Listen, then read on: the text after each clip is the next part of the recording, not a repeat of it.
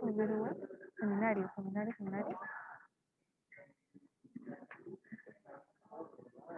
Ah, ya.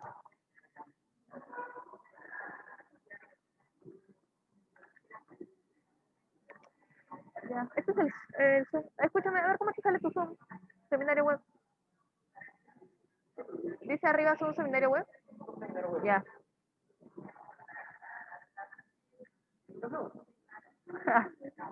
Hace rato, Maricel, ¿no?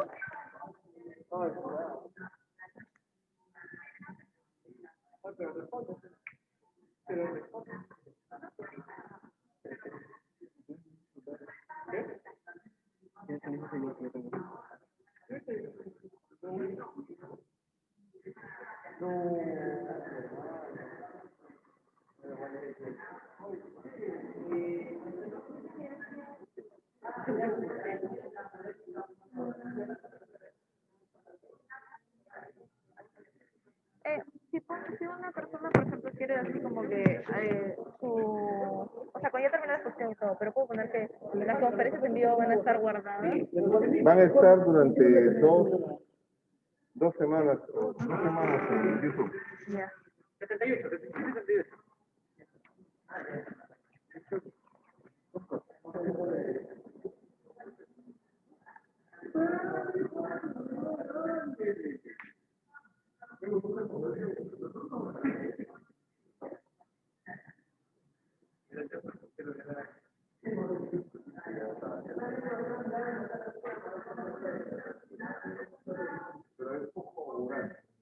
En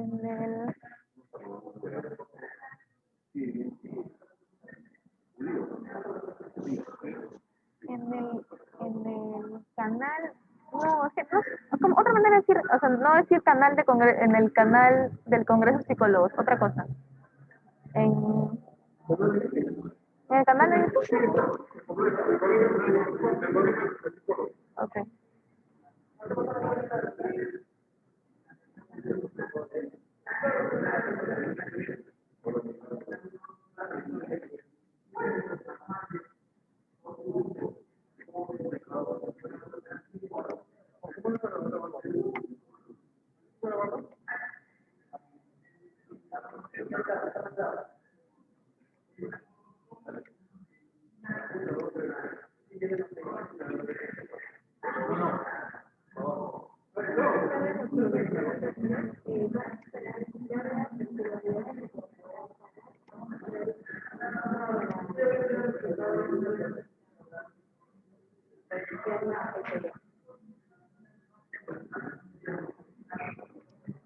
¿Ya llegó la de tu taller? La mía no. El mío no.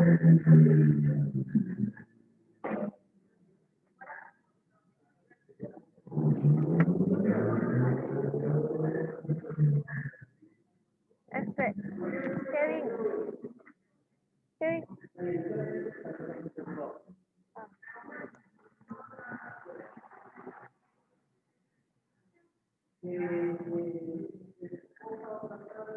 Ay.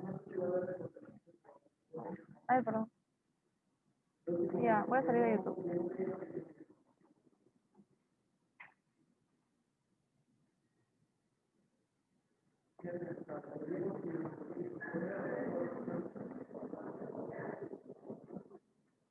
¿Ya están enviando los links? ¿Sí? ¿Ya están enviando los links? Uy, no. ¿Ya se ha enviado? Están enviando en este momento mi verificación. Ya están enviando. ¿Puedo, para que les diga a Sixto Bonifacio si ya pueden ir entrando al seminario Zoom web? Pues sí, entrando, claro. No, que sí, él puede ir entrando. ¿Él puede entrar? Claro, porque no está su... Ah, no. O sea, no ha mandado su... Lo que pasa es que vi que había uno que decía experimental 2 que quería entrar, pero a la sala Luis Estrada, no al...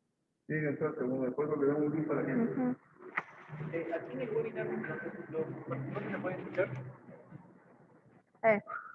Sí, tú prendes el micro.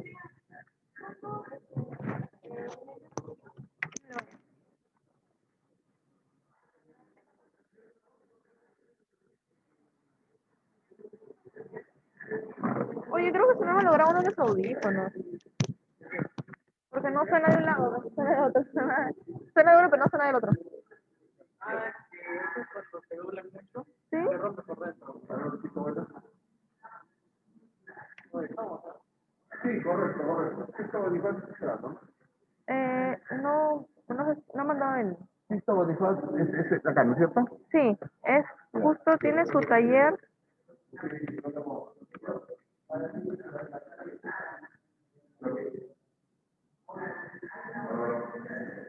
Él es que va a estar junto. Sí, pero no ha entrado todavía.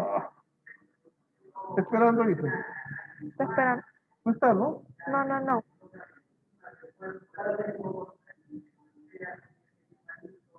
Pero se le manda un correo a su correo.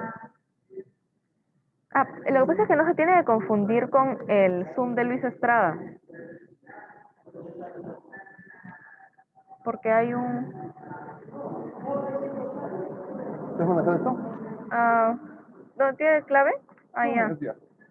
Ya, a ver. Ya, tu teléfono es. Ah, ¿no tiene el teléfono? No, ahorita te lo digo. Ah, porque acá está. Oye, llámalo, pues, llámalo. Dile Ajá. que-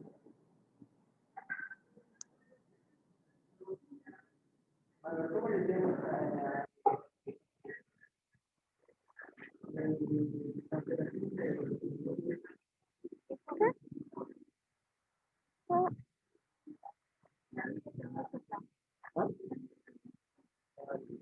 ay, tonta. Bueno, 9, 460, 812. Ahora sí.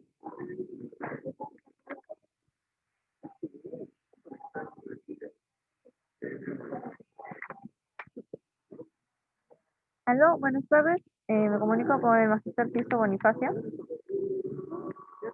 Bueno, sí, lo que sucede es que no sé si usted entra con el nombre de Experimental 2.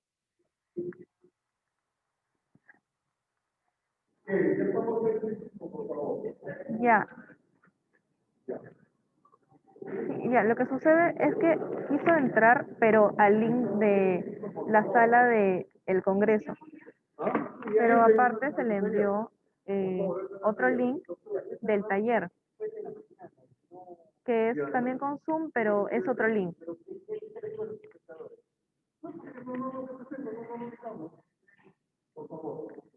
Eh, lo más probable, sí.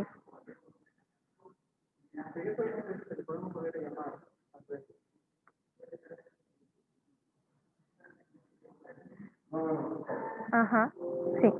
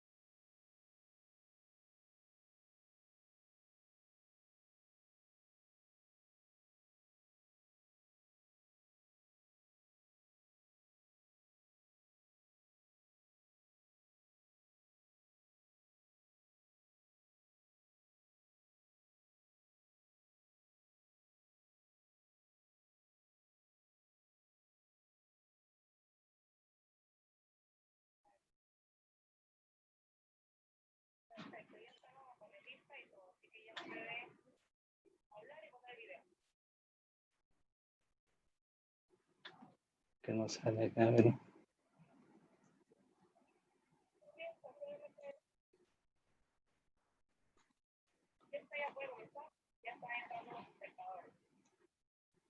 No, no sale la cámara. Sí, cámara. Oh,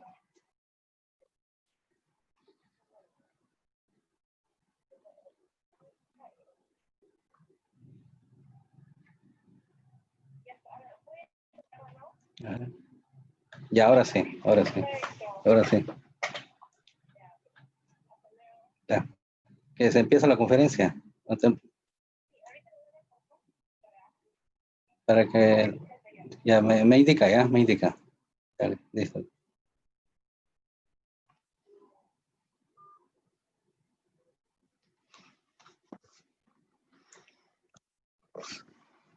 Bueno, ahora sí, ¿me escucha? Sí, sí le escucho. Ok, entonces, este es el taller diagnóstico de cuadros clínicos asociados y comórbidos. Entonces, cuando quiera, puede empezar el taller. Con la conferencia o los casos clínicos. Eh, Como usted guste, este es un taller, tenemos 2 horas de 6 a 8, así que eso Ah, entonces ya empiezo es con para la usted. parte expositiva del tema y luego con los casos para el taller. Ok, Para compartir la diapositiva, acá, ¿no?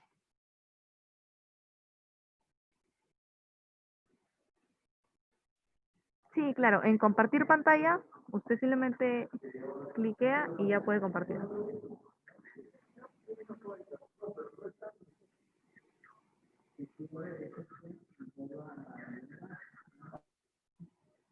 Ya. Muy bien. Ahí tengo los temas ya. Sí, ya se O sea, puede puedo visualizar empezar. perfecto. Puede empezar. Ya usted me dice el tiempo ya para parar y pasar al taller. ¿Es Sí, así o es no se corrido? preocupe. No es corrido, es de 6 a 8, todo corrido. Ya usted, como quiera, ve su tiempo y Ujú. puede comenzar. Ya, muy bien, muy bien. Buenas tardes. Un gusto estar en el Congreso para poder compartir con ustedes un tema aún controversial respecto a los diagnósticos en los trastornos mentales.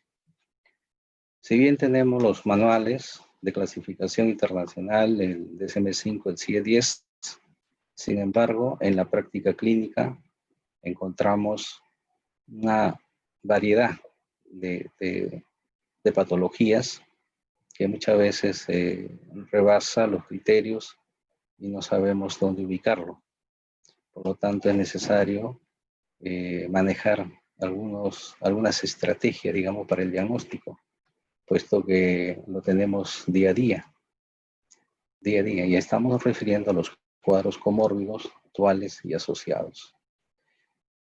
Son cuadros que en la práctica observamos, como digo, cotidianamente, pero no lo podemos ubicar en los manuales de clasificación porque no están. Sin embargo, son diagnósticos de trabajo clínico que queremos plantear como una forma, estrategia de poder abordarlos de tal manera que nos puede ser útil en la práctica clínica. Entonces, hace ya varias décadas que se está investigando sobre este tema de la comorbilidad, lo cual implica que en un solo paciente puede haber más de una patología. Sin embargo, este término aún no es bien comprendido por la comunidad psicológica, psiquiátrica, profesionales que trabajan en salud mental. Vamos a ver algunos conceptos, aspectos clínicos de esta propuesta de diagnóstico y su relación con los manuales de clasificación y luego con los casos. Bueno, en cuanto a la comorbilidad, no existe aún una definición que convenza de manera clara a muchos profesionales que trabajan en el campo clínico en la salud mental. Muchas veces estos conceptos se ven por separado y se puede tratar por separado. Quizás una patología comórbida. Por ejemplo, si nos llega un paciente que tiene al diagnóstico clínico esquizofrenia, pero también dentro de la apreciación clínica encontramos dependencia a sustancias psicoactivas. Entonces, ¿por dónde empezamos a tratar? ¿Lo tratamos como esquizofrénico? ¿Lo tratamos como adicto? Diferentes especialidades, pues por ahí viene la dificultad muchas veces de precisión en cuanto al diagnóstico. Entonces, no están considerados los manuales, sin embargo, repito, es de necesidad manejar estos diagnósticos para poder clarificar el cuadro. En el DSM-3, DSM-4, se relacionaban algunos trastornos como consecuencia, por ejemplo, a la dependencia a sustancias. Sin embargo, no es tanto así, porque los cuadros son independientes y se constituyen en patologías muy por separado para poder tratarlos, ¿no? En el DSM-5 tampoco se relacionan, quizás, y se pueden colocar con distintos códigos dos cuadros, pero no se relaciona como una comorbilidad y cómo se puede tratar en un mismo paciente estos cuadros. En cuanto a la incidencia de estos cuadros, hay autores que han hecho investigaciones al respecto, como Levin Ram, por ejemplo, que nos habla de que 50%, la mitad de los casos de patología dual o comórbida están relacionados al consumo de sustancias psicoactivas. O sea, es frecuente encontrar pacientes que tienen dependencia de sustancias psicoactivas, cuadros comórbidos, que están presentes, o sea, dos patologías o más en un mismo paciente. Entonces, eso es lo que queremos que se quede como una propuesta, de tal manera que se pueda trabajar. También tenemos en cuanto a incidencia epidemiológica, la National Comorbid Surveillance Affliction, también nos habla de estas comorbilidades, de las patologías duales. Algunos lo conocen como patología dual, lo cual implica que hay dos cuadros dentro de un mismo paciente, relacionados a patologías adictivas, patologías al juego, y otros trastornos de la conducta adictiva. O sea, es frecuente encontrar en la patología adictiva otros trastornos psiquiátricos psicopatológicos. ¿En qué se centra la importancia? La patología comórbida, porque nos permite clarificar el diagnóstico. Pero tenemos que tener claro cómo surgen estas patologías, qué características clínicas tienen, de tal manera que podamos abordarlo más adelante con un mejor pronóstico, entendiendo mucho más claro el componente psicopatológico. Y eso también nos permite plantear las alternativas terapéuticas y orientar mejor la intervención, ya sea por el lado médico, psiquiátrico, farmacológico, o por el lado psicoterapéutico, corresponde al psicólogo. Entonces, la comorbilidad también se relaciona con la mortalidad. Bueno, esta comorbilidad física está relacionada. El término nace de la comorbilidad física. En 1985 recién se relaciona con la comorbilidad en enfermedad mental. También está relacionado con el incremento de la conducta suicida. Obviamente, si tenemos pues, un paciente con trastorno depresivo mayor y encontramos otra patología comórbida como un trastorno límite de personalidad, o encontramos de repente otra patología como una bipolaridad en fase depresiva, se va a potenciar el riesgo suicida. O puede suceder a lo contrario, de repente también estamos en otra patología donde se incremente la conducta homicida, un trastorno antisocial de personalidad, más una dependencia a sustancia, cocaína, y la cocaína puede derivar en delirios paranoides, más la personalidad antisocial, con conducta impulsiva agresiva, se puede incrementar la conducta homicida. Como ven, entonces, la importancia clínica tiene relevancia en distintos aspectos, para el diagnóstico, para la intervención, para la prevención en este abordaje de la enfermedad mental. En cuanto al término, Felicity, en 1970 fue el que introduce obviamente en ese entonces se estaba relacionando la comorbilidad física somática, donde habla de la existencia de dos o más patologías en un mismo paciente.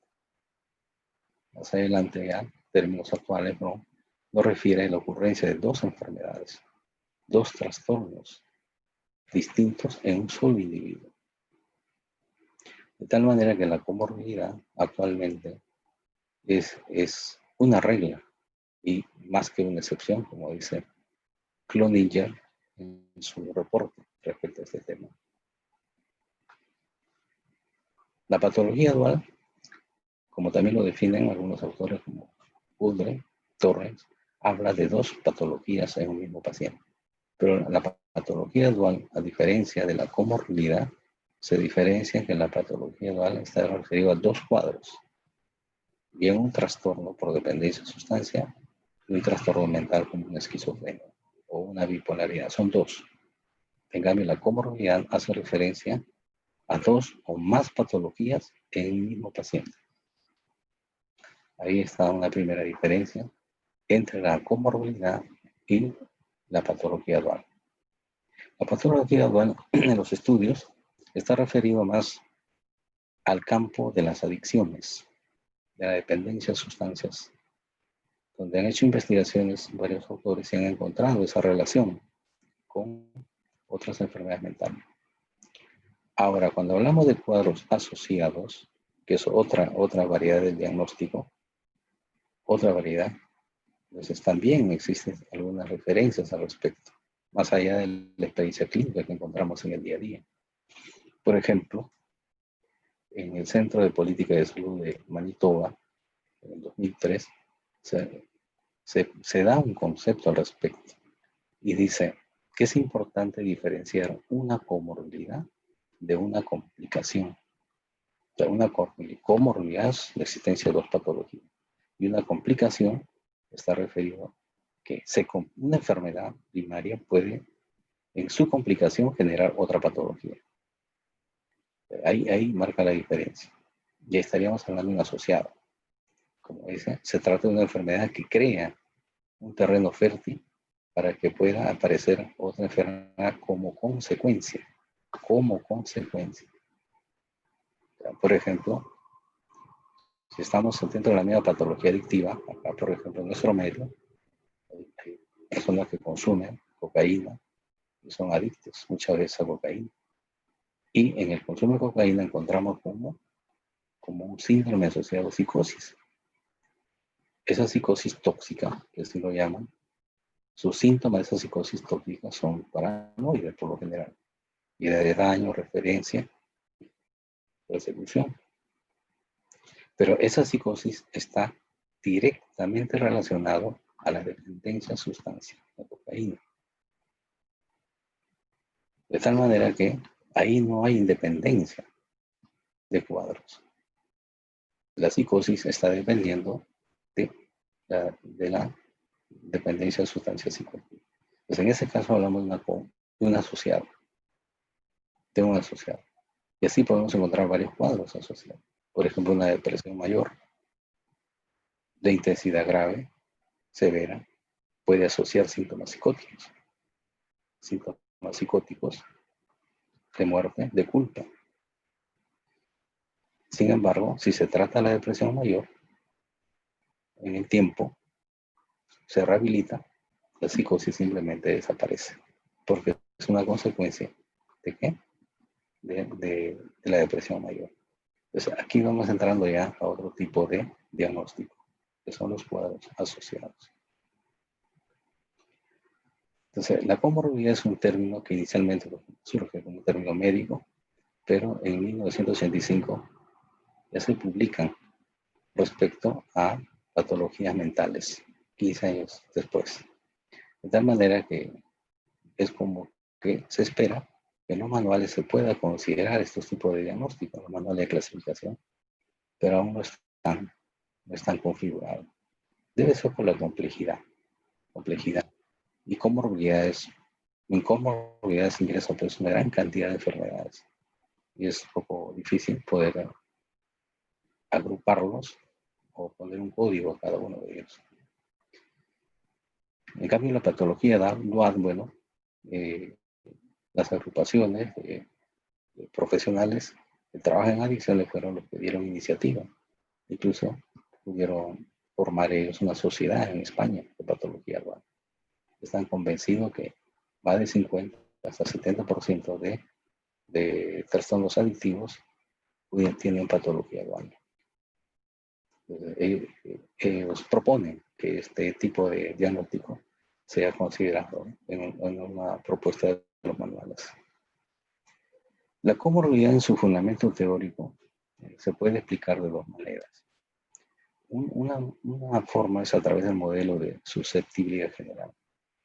Esto implica que existen en una misma persona riesgos genéticos para poder desarrollar más de una misma enfermedad. Por ejemplo, puede tener un riesgo genético para esquizofrenia. Puede tener también riesgo genético para otro tipo de patología, una fragilidad sistema nervioso, una constitución emotiva previa y puede desarrollar una depresión mayor. Más los factores ambientales, las situaciones cotidianas de la vida, todo ello se suma y podría desarrollar más de una patología mental un mismo paciente. El otro modelo es de morbilidad mediada, lo cual implica, o se sostiene, que una persona que hace una enfermedad mental, al hacer una enfermedad mental, imaginemos como una esquizofrenia o una bipolaridad, está vulnerando su fortaleza psíquica, su estado mental psíquico. Y en esa situación de fragilidad, digamos, psíquica mental, puede desarrollarse otra enfermedad mental. Entonces, de esas dos formas, podría explicar cómo es que aparecen estas enfermedades, dos o más en un mismo paciente.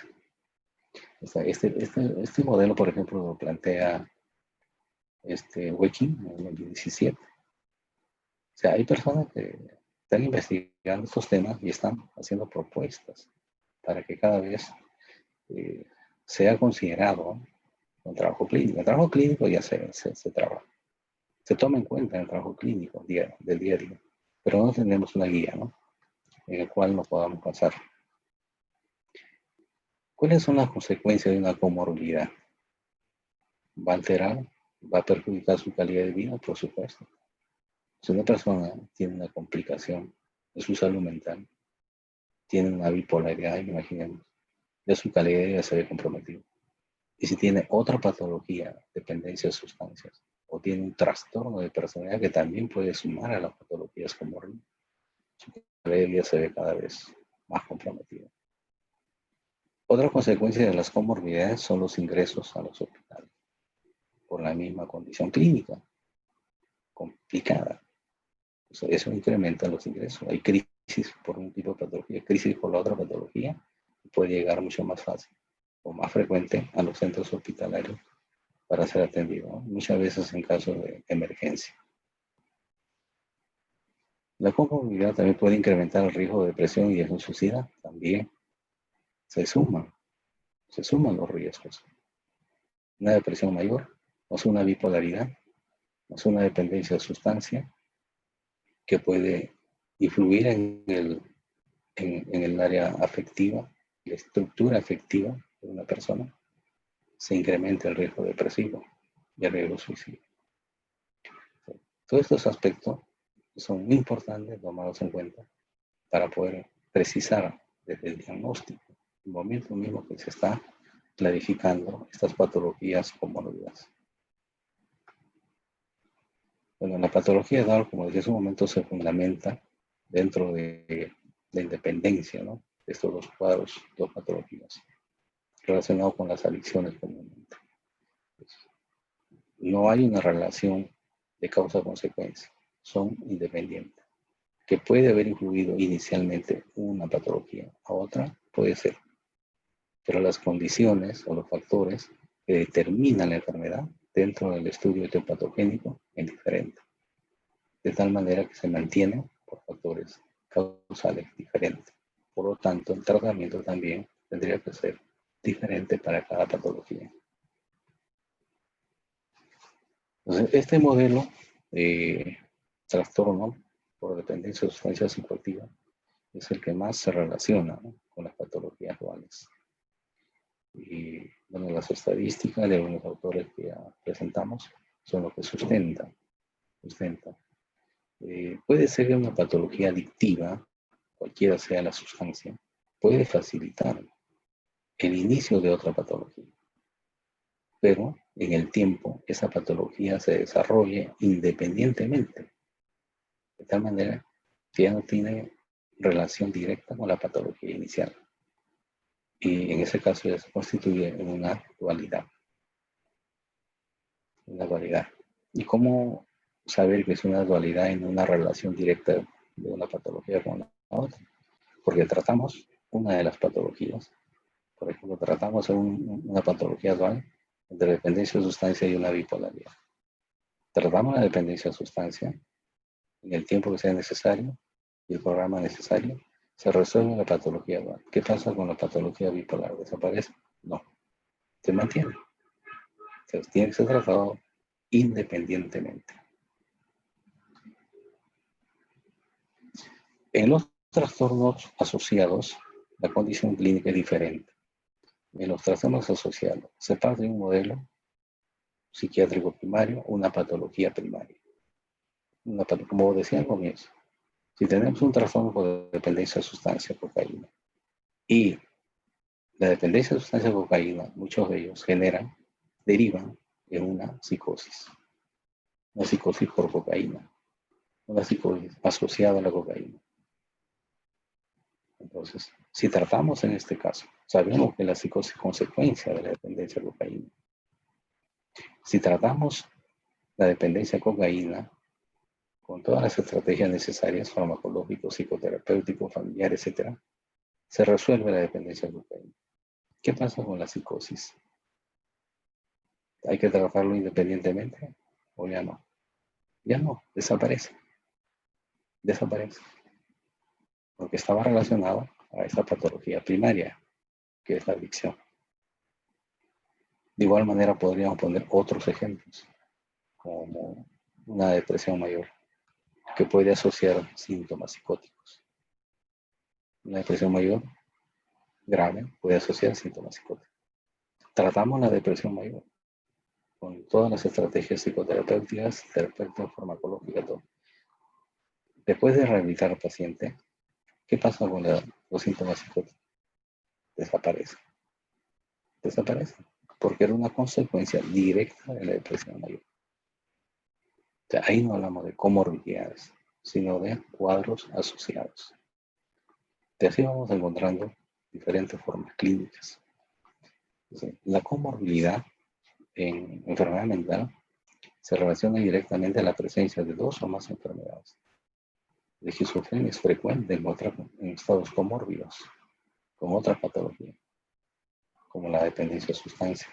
Esa comorbilidad es bien frecuente en los hospitales de salud mental.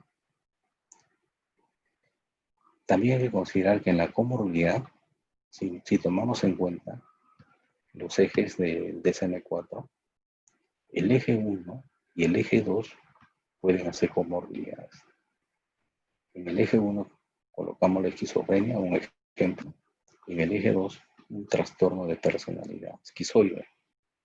O sea, pueden establecerse esas comorbilidades. Y tranquilamente, los trastornos de personalidad sirven en muchos casos para poder relacionar comorbilidades. O sea, son muy frecuentes, debido a que el trastorno de personalidad es una alteración, es una patología en la estructura de la personalidad, que tiene componentes biológicos, psicológicos, sociales. De tal manera que es como que el terreno es favorable para que se puedan dar otras patologías. En conclusión, diríamos que la comorbilidad hace referencia al término para describir la presencia de dos o más trastornos o enfermedades que sucede en una misma persona y en un mismo tiempo. Aunque el tiempo puede ser antes o después una u otra patología, pero están ahí los dos o más patologías. están relacionados en la comorbilidad estas dos patologías. Está asociado de repente por punto de vista etiológico, causal. Sin embargo, la interacción de las dos enfermedades, ¿qué hacen? Puede comprometer la evolución de la enfermedad, complica. Y si queremos hacer un pronóstico, podríamos plantear que las patologías comórbidas son de pronósticos desfavorables. La comorbilidad es alta en los trastornos de personalidad, como hace un momento mencionábamos. Es alta. Puede haber diferentes patologías que se desarrollan junto a los trastornos de personalidad. Bipolaridades, dependencia de sustancias psicoactivas, trastornos alimenticios, etcétera. Y con respecto a las adicciones, también es muy frecuente las comorbilidades. Es frecuente, muy frecuente. Las comorbilidades entre trastorno de personalidad y la dependencia de sustancias. Eso reportan muchos autores en este tema, reportan estas comorbilidades con las patologías adictivas. Bien, entonces, en la esquizofrenia, por ejemplo, que en su momento hablábamos también, ¿sí? Incluso en Oblitz reportó en 1997 que 70% de los esquizofrénicos presentaban trastorno de personalidad en una comorbilidad, en un estudio con 102 casos. Las comorbilidades con trastornos alimenticios también han sido reportados por Wonders en 97, Matunga en 97. Los trastornos alimenticios en comorbilidad con los trastornos límite de personalidad. Todos esos reportes nos hablan pues, de esta posibilidad dentro del campo clínico en cuanto al diagnóstico de los trastornos mentales. En los cuadros asociados, hay un trastorno que es el principal y que en función a este trastorno principal se desarrollan otras patologías como consecuencia. El consumo de sustancia puede llegar a ocasionar psicosis, sí, como mencionábamos hace un momento, que sería una psicosis tóxica, que depende directamente de la dependencia de sustancia. También puede ser al revés, un cuadro psiquiátrico, como una bipolaridad, puede desencadenar que el paciente consuma sustancias, ¿sí? Hay trastornos bipolares, pacientes que en fase maníaca buscan sustancias, buscan consumo dentro de su hiperactividad. Entonces, están relacionados con la patología mayor. Esos son los cuadros asociados. Ahora, los cuadros asociados son breves. Se dan la sociedad, si se quiere, o el asociado no es una patología mayor, como una esquizofrenia. Son síndromes breves que van a desaparecer cuando la condición clínica del cuadro mayor desaparece. Por ejemplo, en las sustancias psicoactivas, que es donde más se dan estos cuadros, tanto comórbidos como asociados. En un trastorno por dependencia de sustancia, con psicosis asociada o psicosis tóxica.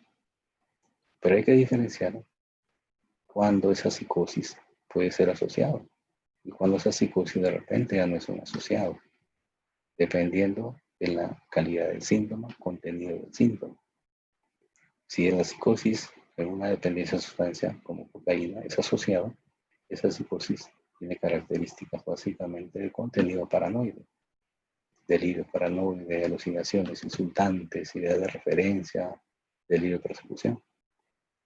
Pero si esa psicosis que aparece en el consumo de sustancia tiene otro tipo de contenido, imaginemos que sea pensamiento telepático, pensamiento mágico, que son trastornos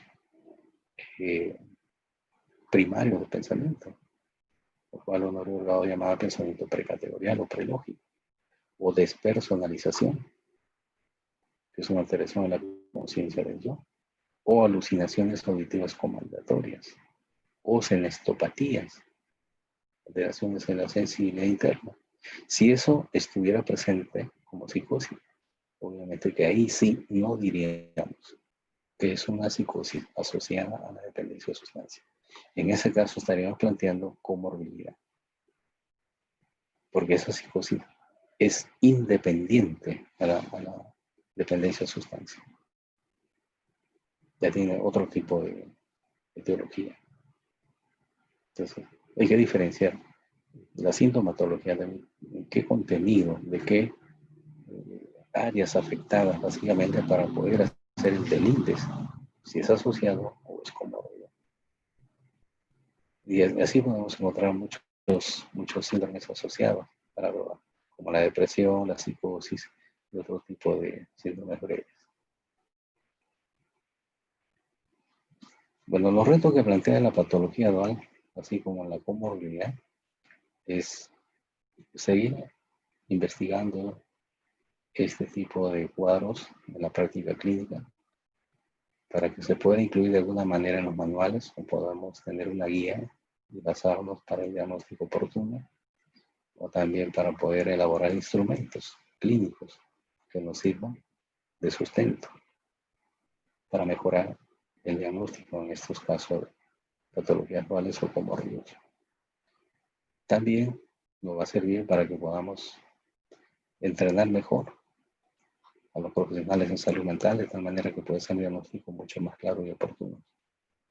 Y así también direccionar la terapia, tanto farmacológica de competencia médico-psiquiatra o la parte psicoterapéutica del psicólogo clínico. Y podamos tener un mejor resultado de trabajar con esta nueva propuesta en los equipos de salud mental, tanto en los hospitales como en las clínicas. Los manuales de clasificación actuales no están considerando estos tipos de diagnóstico, pero hay algunos reportes que ya están llegando actualmente. Y pareciera que ya en la próxima versión del CIE 11 se van a considerar algunas de estas propuestas de manual de diagnósticos para que se puedan trabajar de una manera ya formal, lo que actualmente todavía no tenemos una estructura, una guía reconocida que nos permita manejar estos diagnósticos. En conclusión, la comorbilidad, resumiendo, es la presencia de dos o más trastornos mental en este caso, que se da en un mismo paciente.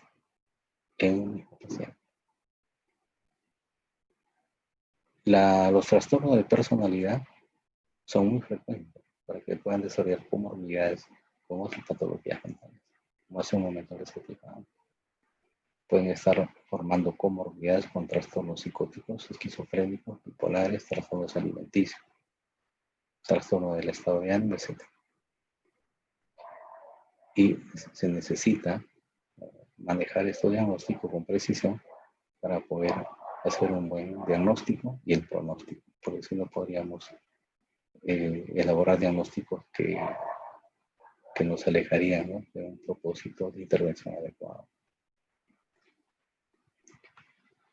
Las patologías dual también están referidas a la presencia de dos patologías, pero hay que hacer la diferencia, como ya mencionamos, que en la patología dual se habla de la existencia de dos patologías, solo dos patologías. Entonces se llama dual. Y está relacionado, según las investigaciones actuales, con patologías adictivas más una patología psiquiátrica, esquizofrenia, bipolar. Dos. En cambio, la comorbilidad es la presencia de dos o más patologías. Eso vamos a ver en uno de los casos de este momento. Otra conclusión es que las comorbilidades se pueden hacer tranquilamente en los ejes 1 y 2 del DSM-4. O sea, un cuadro clínico, psicopatológico y un trastorno de personalidad que viene en el eje 2. Es muy frecuente combinar los ejes 1 y 2 en los trastornos comórbidos. Otra conclusión es que los trastornos mentales inducidos por sustancias no pertenecen a patología dual, son asociados. Cuando depende, es consecuencia, es asociado, no son comórbidos. Pues, el diagnóstico de patología dual y comórbida se constituye en una estrategia fundamental en el abordaje clínico para evitar la cronicidad, el mal pronóstico y sobre todo para implementar un tratamiento oportuno y idóneo. Bueno, en esas conclusiones dejamos ya por concluida la definición, los criterios clínicos, la diferenciación entre las patologías comórbidas o los diagnósticos que proponemos manejar, los diagnósticos comórbidos, diagnósticos de patología dual y diagnósticos de cuadros asociados. Eso es lo que planteamos, ¿no? Para poder hacer una revisión y poder actualizar nuevos criterios, porque en la práctica clínica lo tenemos día a día, lo tenemos día a día, y eso es lo que necesitamos manejar con mejor opción. Bien, entonces pasaremos a ver algunos casos para poder mostrar cómo se presentan estas patologías comórbidas o duales.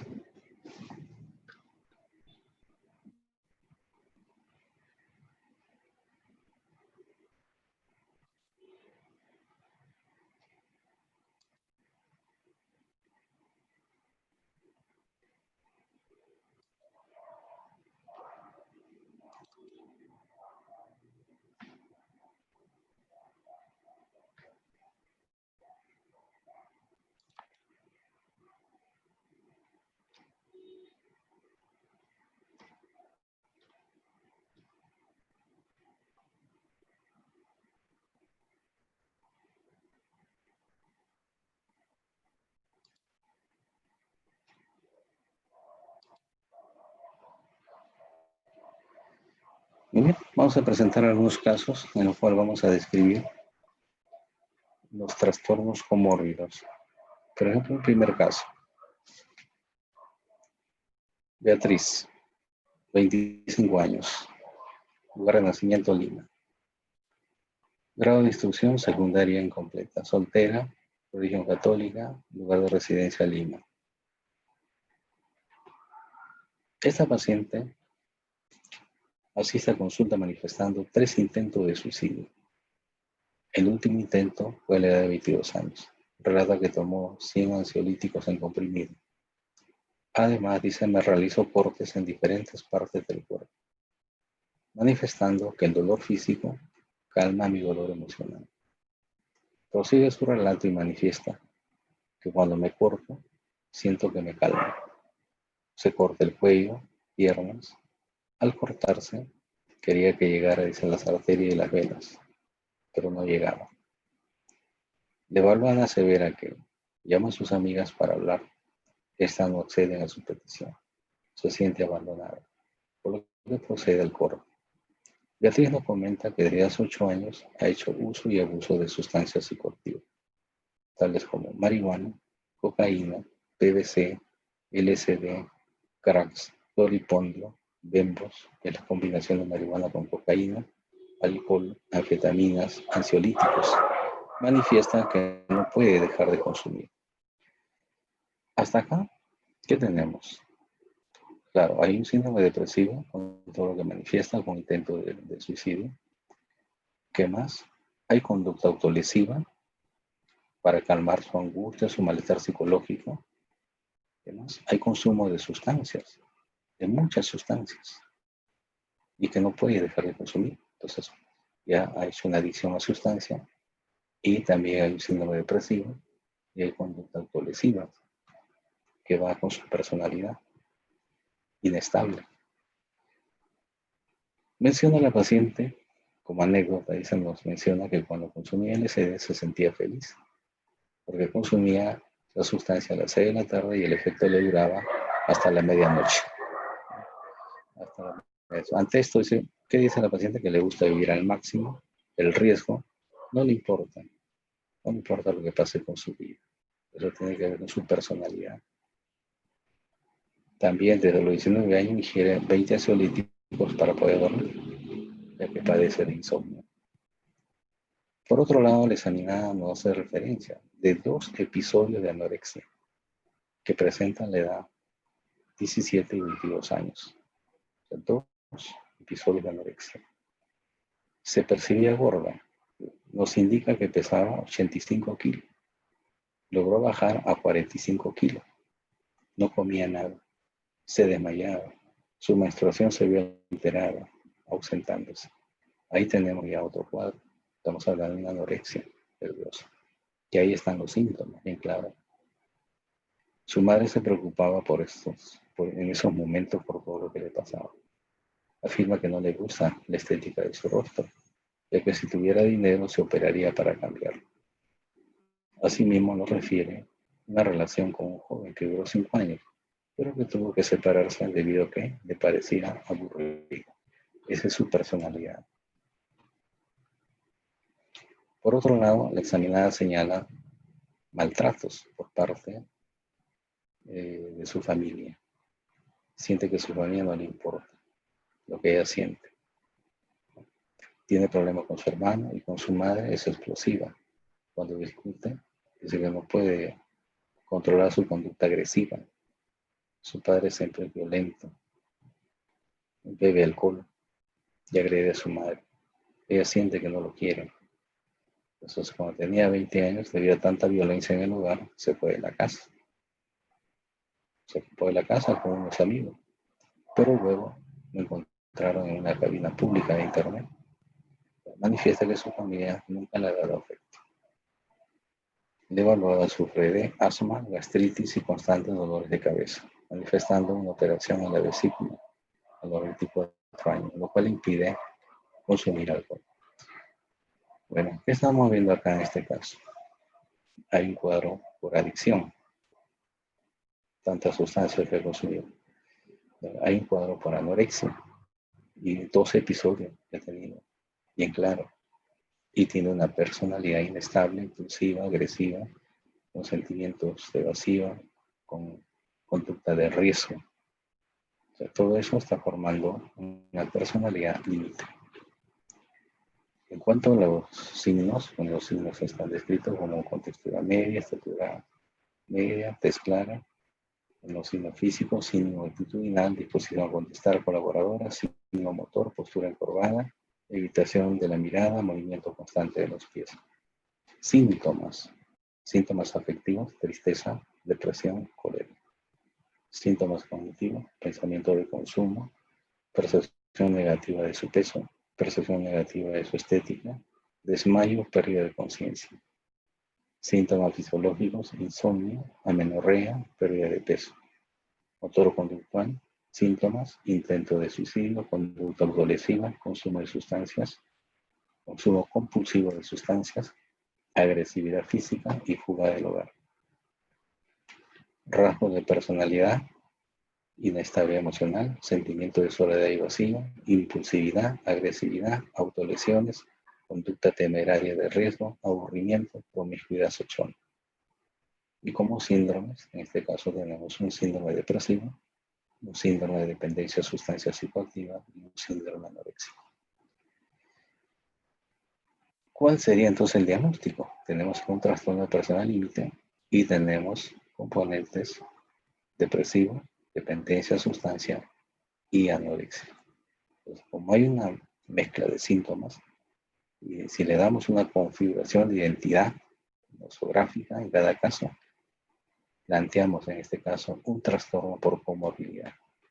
¿Entre qué patologías? 1, trastorno límite de personalidad. 2, dependencia a sustancias psicoactivas. 3, anorexia nerviosa. 3 patologías. Que uno no depende del otro. Son independientes. De tal manera que si tratamos la personalidad límite, la dependencia de drogas sigue, la anorexia sigue. Tenemos que tratarlo independientemente, cada uno de ellos. Bueno, el diagnóstico diferencial se plantea como una opción, una segunda opción, pero el nosográfico es el que se maneja en este caso como una comorbilidad. Este es un caso con 3 patologías. Y la comorbilidad, por definición, es la presencia de 2 o más patologías. Un segundo caso, Junior, 28 años, natural de Lima, secundaria incompleta, soltero, Lima, mototaxista de ocupación. ¿Qué nos dice? El paciente menciona que está internado en el hospital, un hospital Balsam. Es la segunda vez, hace 2 semanas y media. Fue hospitalizado por su papá. Asimismo menciona que el motivo de su último internamiento es por consumo de sustancias psicoactivas. Empujó a su mamá, o sea, agredió a su mamá. Junior ha consumido drogas desde los 21 años de edad.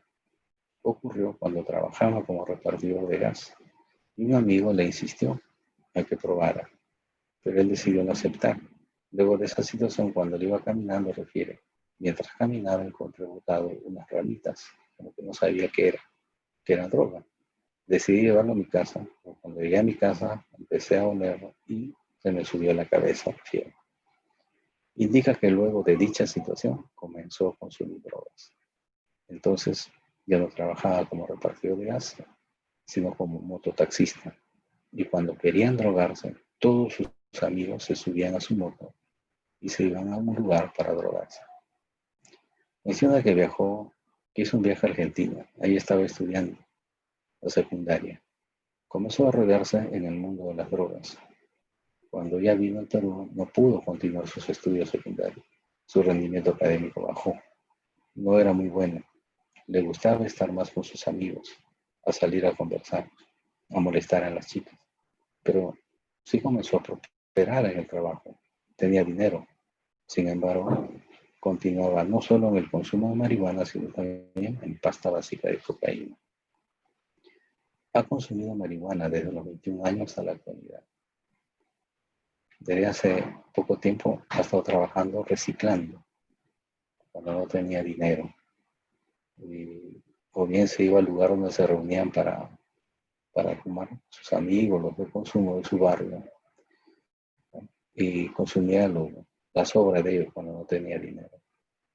En una oportunidad cogió el dinero de su mamá para poder comprar pasta básica de cocaína, ya que sentía la adicción, sentía la necesidad de consumir. También cuando tenía 21 años, dice que en el televisor le gustaba mirar al pájaro loco.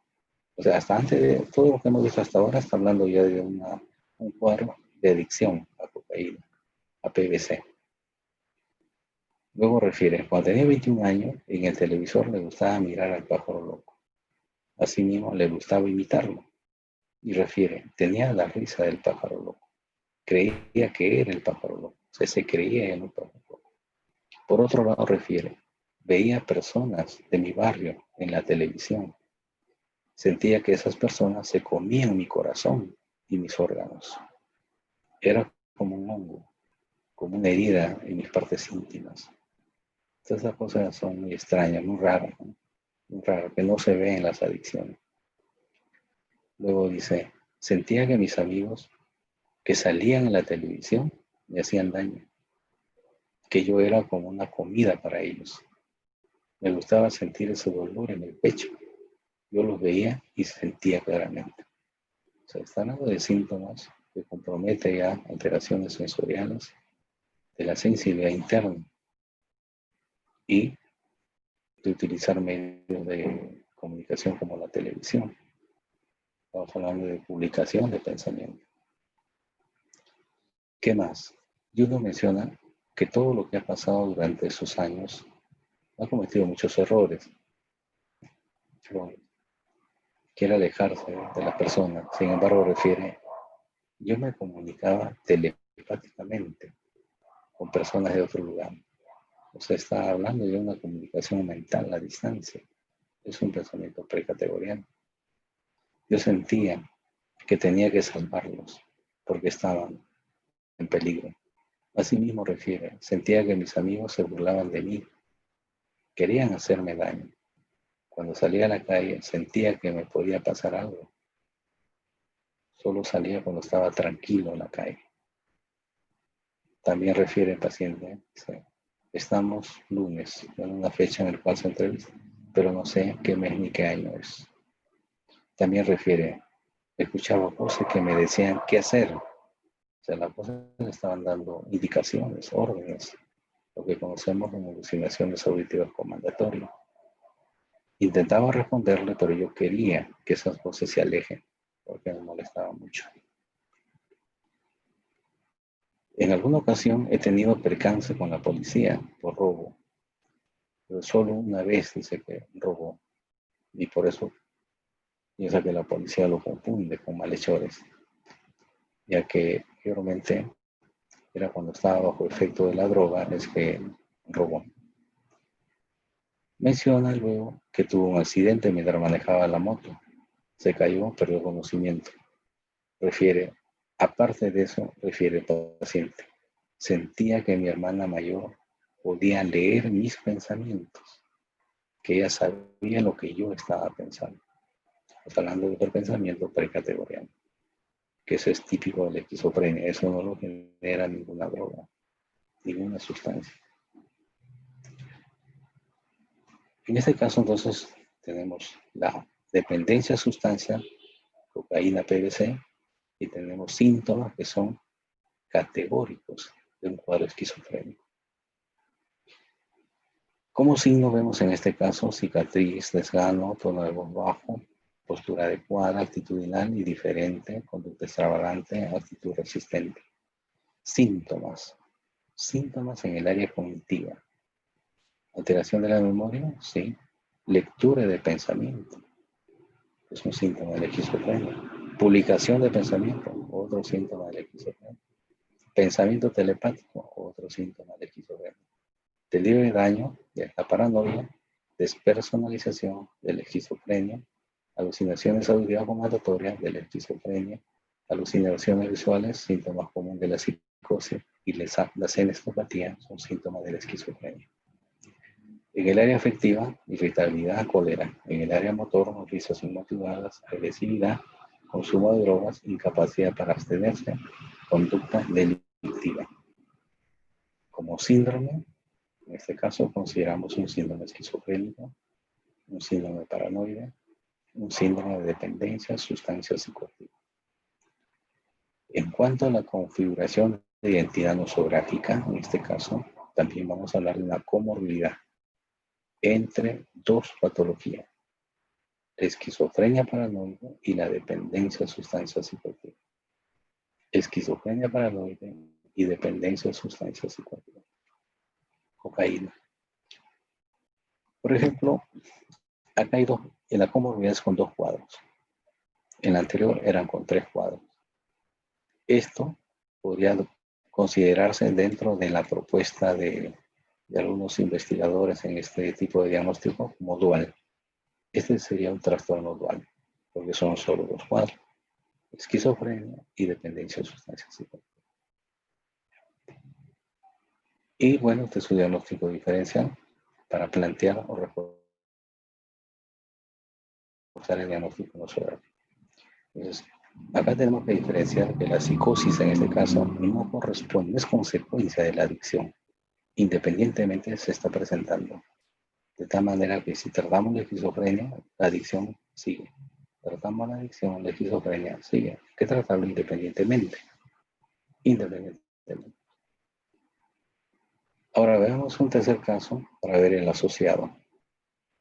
Caso de Johan, 24 años, natural de Lima, tiene estudios superior técnico incompleto, soltero, estudiante.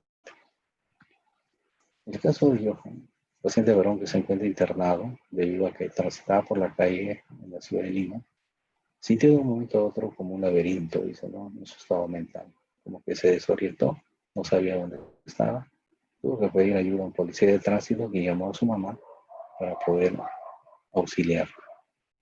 Además refiere que sentía cólera, se sentía traicionado por su familia porque no estaba de acuerdo con su trabajo. Era un empleado de car wash. El paciente consumía cocaína desde los 15 años, empezando con marihuana, seguido de pasta básica de cocaína. A los 17 años y a los 19 años, cocaína combinado con otras sustancias, los llamados mixtos. Refiere que este consumo de sustancias lo mantenía fuerte y despierto. Se considera una persona adicta, consume con bastante frecuencia. Ha intentado dejarlo, pero no puede. Le gana el consumo. Sobre todo consume pasta. Cuando consume pasta no tiene cuándo parar, o sea, no puede parar. Si no puede parar, estamos hablando de incapacidad para detenerse. Y cuando dice que no puede dejarlo, estamos hablando de incapacidad para abstenerse. O sea, en otras palabras, tiene los criterios básicos de la adicción. Asimismo, refiere que vende sus cosas, sus pertenencias para consumir. Cuando no consume, tiembla, suda, se le afloja el estómago, se pone agresivo. Eso es el síndrome de abstinencia. Síndrome de abstinencia. También es otro componente de la adicción. Luego dice que reflexiona y menciona que no hay nada bueno en las drogas. Quiere alejarse de los malos amigos de su barrio, porque ahí es fácil conseguir la droga. Además, no quiere ser un desertor del cuartel. Menciona que un desertor es mal visto en la calle. Hasta ahí tenemos todo el poder adictivo. ¿Qué más dice? El primer internamiento del paciente fue a los 20 años, debido a que escuchaba voces que le decían, te vamos a matar, no te escondas. Según menciona, porque debía dinero a los traficantes y a la policía. Le habían amenazado varias veces con encerrarlo. En otro momento pensaba que le podían matar. Por ello andaba armado con un cuchillo y otras veces no salía de su casa. Decía que sus vecinos murmuraban de él, hablaban mal de él. Ahí tenemos un componente psicótico. Alucinaciones auditivas amenazantes, delirio de daño, persecución, idea de referencia. Johan vive con sus papás, sus 3 hermanos, en un distrito de Huaycán. Su madre vende alfalfa, él le ayuda en el trabajo. Cuenta que en su etapa escolar tenía altas notas, era aplicado, pero empezó a bajar por jugar muchas horas, videojuegos, y eso lo conllevó a reducir su nivel. Pero logró terminar la secundaria. En un momento de rebeldía se realizó 2 tatuajes. El primero es una figura geométrica y el segundo un demonio. Se internó en el ejército, servicio militar, donde realizaba mucho esfuerzo físico, pero él lo veía como un reto.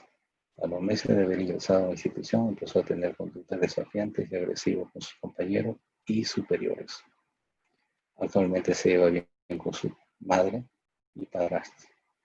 Ya obedece las reglas de su padrastro, ya conversa mejor con él, porque antes ni le dirigía la palabra. Ordena su casa, ayuda a su mamá con todo lo que pueda, tiene planes de seguir con sus estudios y el servicio militar al salir del hospital. Sus sueños se regulaban. Antes no podía dormir temprano, dormía recién a las 3 de la madrugada. Por eso cuando no podía dormir, se salía de su casa y se iba a consumir, porque no sabía qué hacer en su casa. Al igual que su apetito, pero sigue teniendo ideas de ser muy cuestionado por la persona. No piensa en escaparse, ya que no quiere volver a consumir droga. Pues en este caso tenemos muy claro, están casi todos los criterios de la adicción, dependencia, pero también tenemos síntomas psicóticos. Pero los síntomas psicóticos son predominantemente paranoia. Signos físicos, mirada evasiva, encorvado, risas, tienes tatuaje. Signo emocional, rigidez en el rostro, irritabilidad. Signo motor, fluidez verbal, pobre repertorio verbal. Actitudinal, suspicacia. Síntomas en el área afectiva, cólera, ansiedad. Síntomas en el área cognitiva, alucinaciones auditivas amenazantes, idea de referencia, delirio de daño, delirio de persecución. Todos los síntomas psicóticos son de contenido paranoico. En el área fisiológica, transpiración, problemas estomacales, insomnio. Eso se da con la abstinencia, síndrome de abstinencia.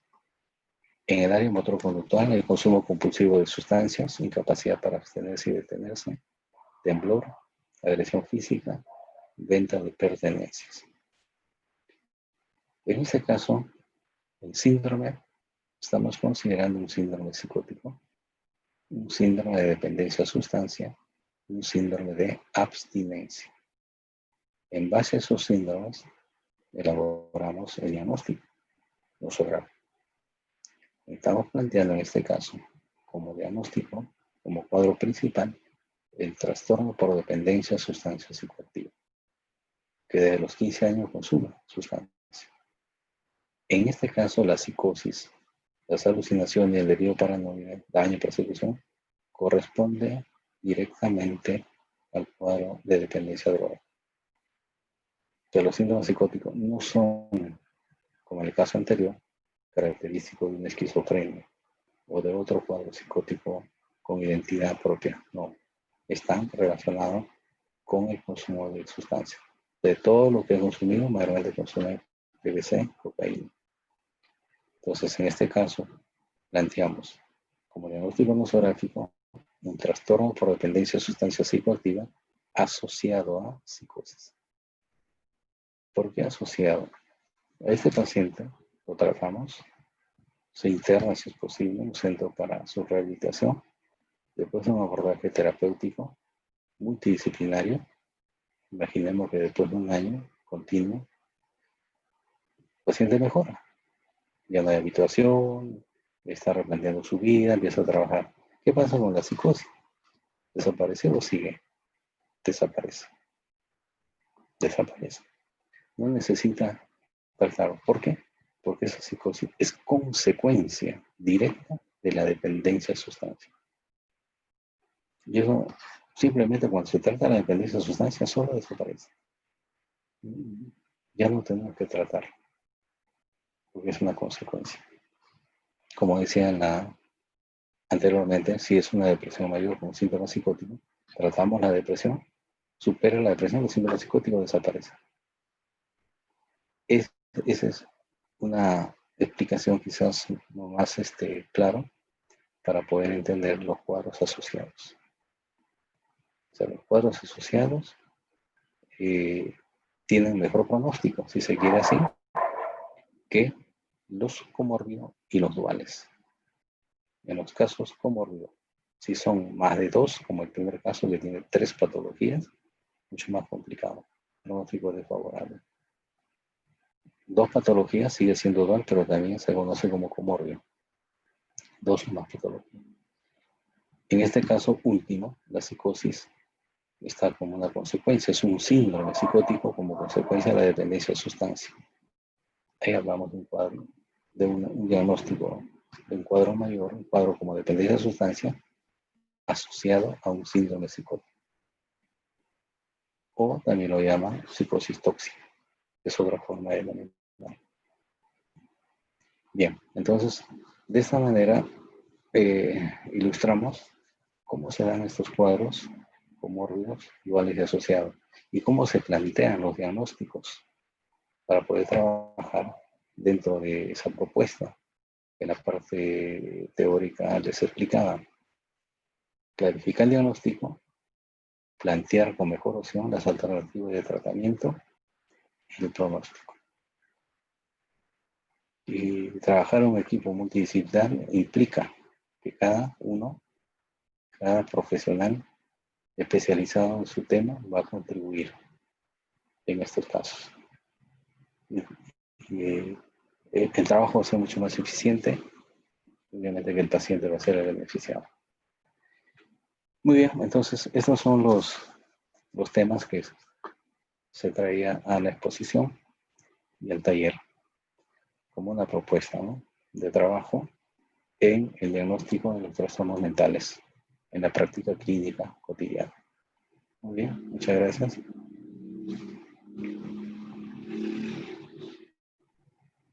Bueno, ahora tal vez alguien de los espectadores que quisiera hacer algunas preguntas o...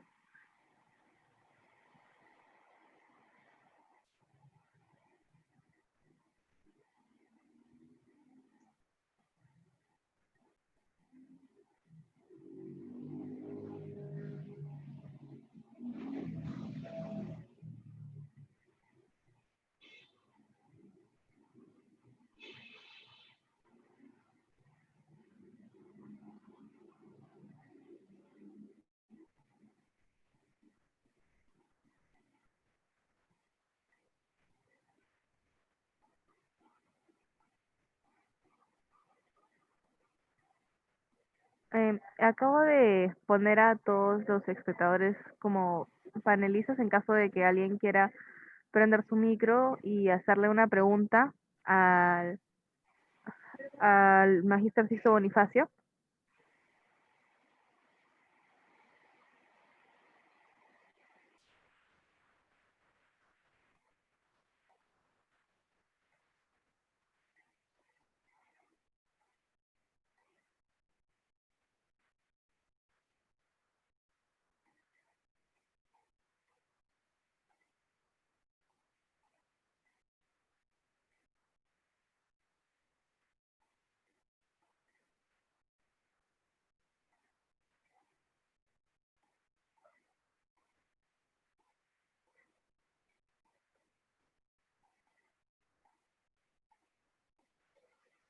Doctor, aquí hay una Sí, pregunta sí, sí. de Karen. ¿Nos podría comentar en uno de los casos de comorbilidad qué tratamiento sería recomendable? Bien, el tratamiento va a depender de la prioridad en la presencia de los cuadros.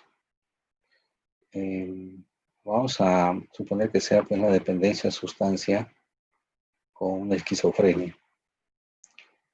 Entonces, el tratamiento obviamente tiene que ser diferenciado para cada uno de ellos. Entonces, la prioridad está, si la dependencia a sustancia tiene complicaciones, vale decir, por ejemplo, dependencia de sustancia en pasta base de cocaína, el consumo es compulsivo, hay deterioro en todas las áreas en la persona, prácticamente es inmanejable en el hogar. Tiene muchos problemas, no solamente familiares, judiciales, etcétera. En ese caso, por ejemplo, hay que internar al paciente de repente. Se podría empezar por ese abordaje, por la dependencia, el riesgo que implica el consumo compulsivo. Pero no se puede dejar tampoco mucho tiempo la parte de la esquizofrenia, porque también los síntomas están ahí activos. Entonces, el tratamiento inicial en este caso podría ser más médico, psiquiátrico, farmacológico, que serviría de contención en una primera instancia y también de tratar los síntomas de la psicosis, porque en ambos casos podría estar comprometido el estado mental.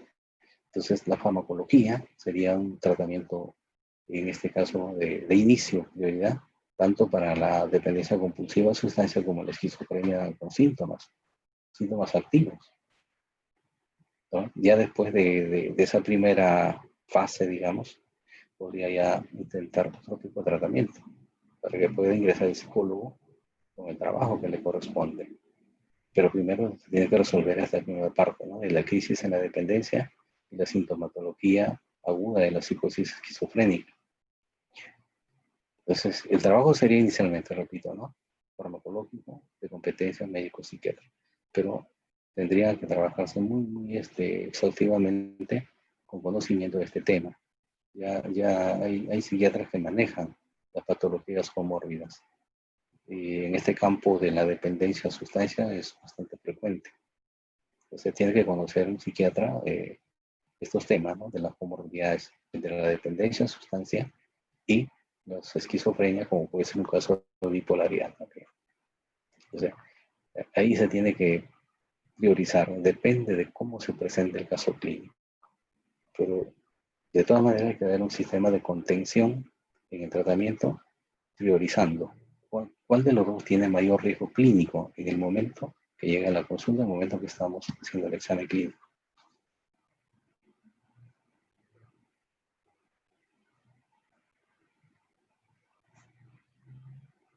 Bueno, preguntan, ¿necesariamente el primer trastorno que se presenta es patología primaria? Algunos autores hablan de patología primaria, pero no es, digamos, desde mi punto de vista, necesario darle ese término patología primaria. Y lo mencionan algunos estudios como patología primaria porque es el primer cuadro que aparece.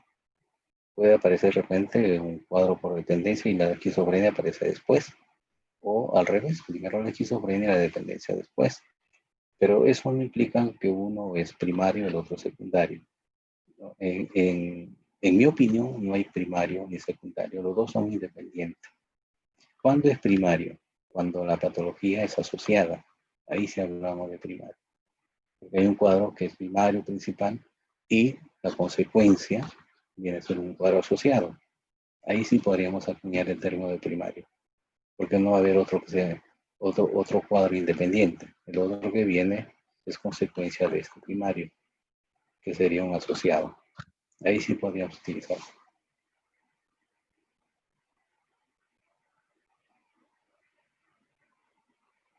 Ok, no sé si alguien más de los participantes tiene alguna otra pregunta y igual, pues saben que esto es un taller, así que pueden hacer las preguntas que ustedes quieran, o si no pueden escribirlas por el chat y ya yo se las haré llegar al expositor si no quieren prender sus micros.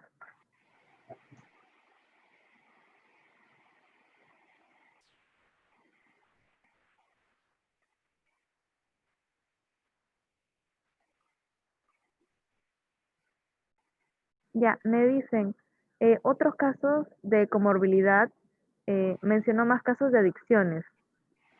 ¿Cuáles serían esos otros casos? Otras comorbilidades que vemos en el campo clínico son con los trastornos de personalidad. Trastorno límite de personalidad con trastornos alimenticios. Bulimia, anorexia, se puede prestar. O también el trastorno bipolar.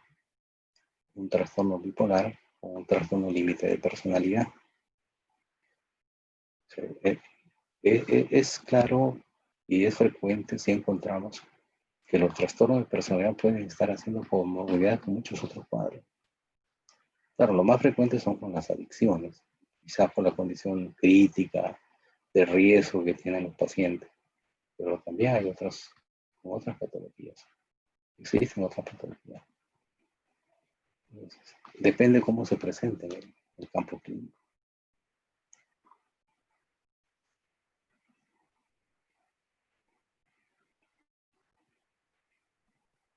Están preguntando si aún no se ha probado esa teoría.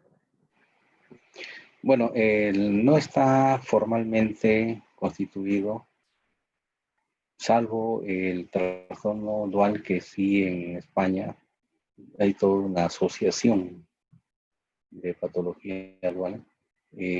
Para la comorbilidad no existe. Encontramos en la literatura diferentes reportes, investigaciones, pero no hay una identidad, digamos, con un manual, con una institución que pueda plantear una guía, un manual, algo así, ¿no? No hay. Lo que se hace en la práctica es tomarlos en cuenta como diagnóstico de trabajo. Pero para reportar un caso, imaginemos que sea una esquizofrenia con una dependencia a cocaína, no se reporta como patología dual, como un reporte de diagnóstico. Se reporta con dos códigos. Se pone F20, esquizofrenia, F14, si es cocaína, se ponen los dos códigos. ¿No? Pero no se coloca como un trastorno comórbido, tanto que no tiene un código, no tiene una categoría, ¿no?, formalmente reconocida. Entonces, lo que se hace internamente es tomarlos en cuenta para poder plantear la propuesta de intervención y el manejo clínico de los casos.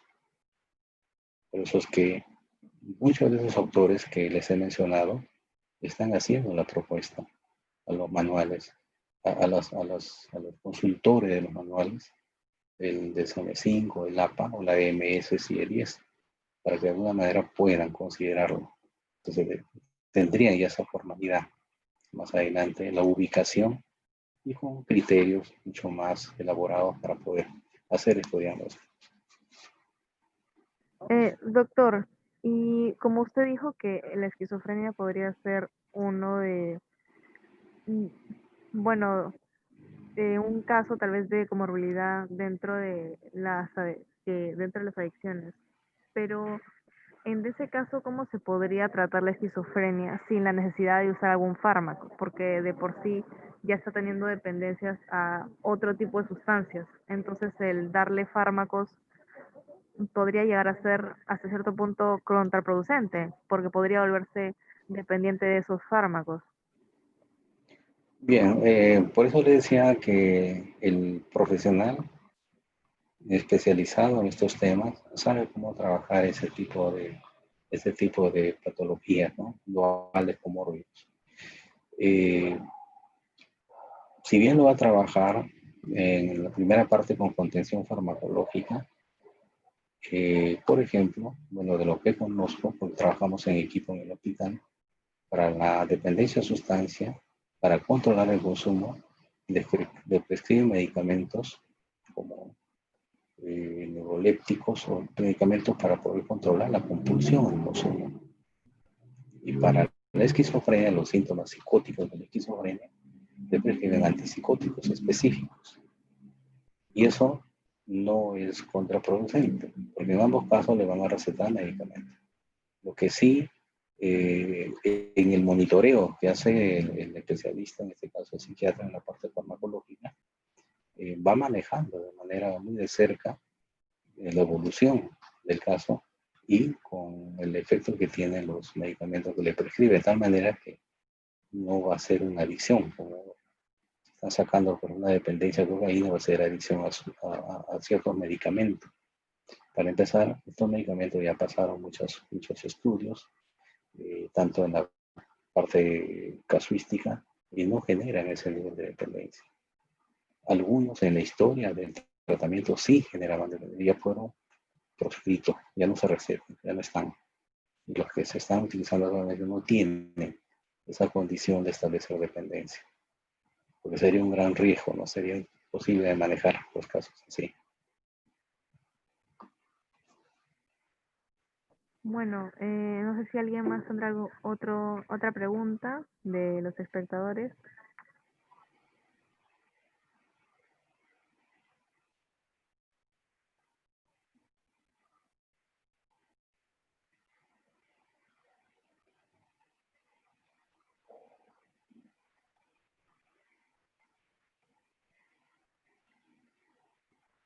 Sí, para todos los espectadores los acabo de poner en panelistas, así que pueden prender su audio sin ningún problema.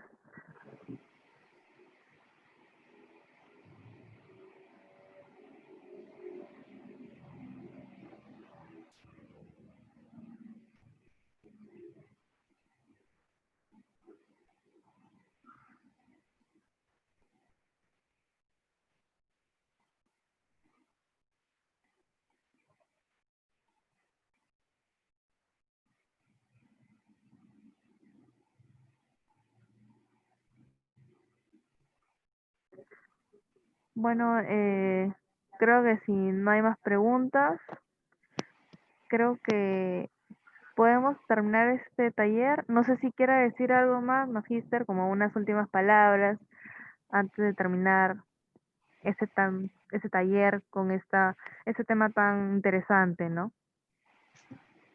Sí, es un interés clínico que deriva de la práctica cotidiana que en particular vengo realizando en el Hospital de Salud Mental. Y no es casualidad que lleguen 1 o 2 pacientes a los 6, 7 meses. Muy frecuentemente encontramos estos casos. Inicialmente planteamos un diagnóstico como que es cuadro único, pero viene una segunda consulta, viene una tercera consulta y encontramos otra patología. Encontramos otra patología. He encontrado hasta 5 patologías juntos con un solo paciente. Entonces, eso se crea como una necesidad de replantear los diagnósticos clínicos, psicopatológicos, que nos permiten, como decía, no solamente clarificar el diagnóstico, sino plantear el tratamiento. De esa manera, porque a veces damos vuelta, cuando no tenemos claro el diagnóstico, damos vuelta con tratamientos, tanto puede ser de parte psiquiátrico, farmacológico, psicológico, psicoterapéutico, o de rehabilitación de otras áreas, y damos vuelta, pasa un año y el paciente no sale. Por ejemplo, en muchos casos hemos tenido de comorbilidad entre esquizofrenia y dependencia a droga, y se la ha tratado como dependiente de droga. La esquizofrenia se pensaba que era consecuencia de la adicción. Me internaron a paciente 2 años por adicción. Al final de esos 2 años de la adicción lo controlaban porque estaba bajo un sistema custodial, no salía a la calle, no podía consumir, pero la esquizofrenia seguía. Por más farmacología que le daban para la compulsión por la droga, seguían los síntomas esquizofrénicos. No remitió para nada. Y al final no evolucionó el caso. No evolucionó. Y en el tiempo, como decía él, uno de los riesgos que se vaya haciendo crónico. El pronóstico desfavorable. Entonces, por eso, repito, se convierte en una necesidad clínica, ¿no? Buscar que de alguna manera se formalice estos diagnósticos o exista algún tipo de guía o instrumento que nos ayude para poder tener mucho más claro los cuadros que vienen a veces en un solo paciente, 2 o 3 cuadros. De esa manera poder contribuir mejor al tratamiento que damos a la persona que tiene este tipo de afección y obviamente compromete más su vida, su salud mental, calidad de vida, etcétera, y darle una mejor opción en cuanto a tratamiento. Entonces ese es el interés clínico. Bueno, magistro, muchísimas gracias por este taller de diagnóstico de cuadros clínicos asociados psicomórbidos.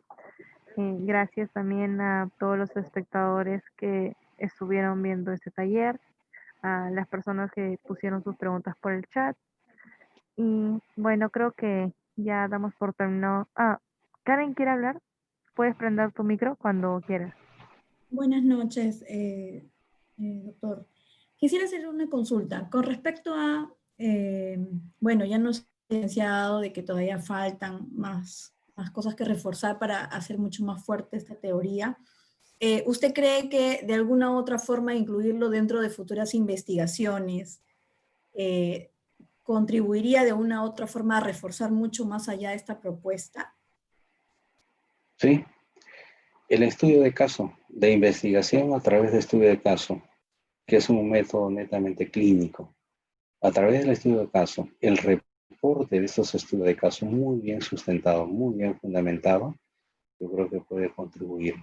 Pero tendría que venir estos estudios de distintos lados, distintos lugares.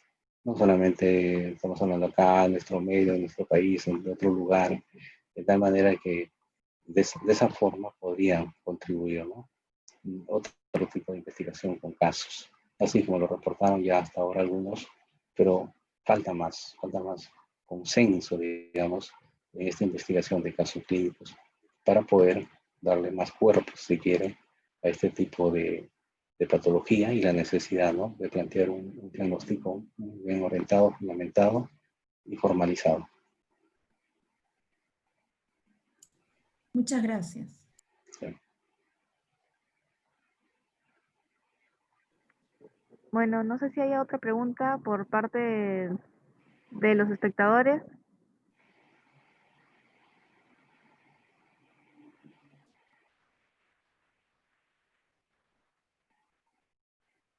Bueno, si no es así ya, yo creo que ya ahora sí damos por concluida ese taller. Muchísimas gracias por tener este taller con nosotros. Esperamos tenerlo en otra oportunidad. Bien. Gracias a ustedes por la atención y el interés que han mostrado en este tipo de tema, que es de interés general en la parte clínica, salud mental. Gracias.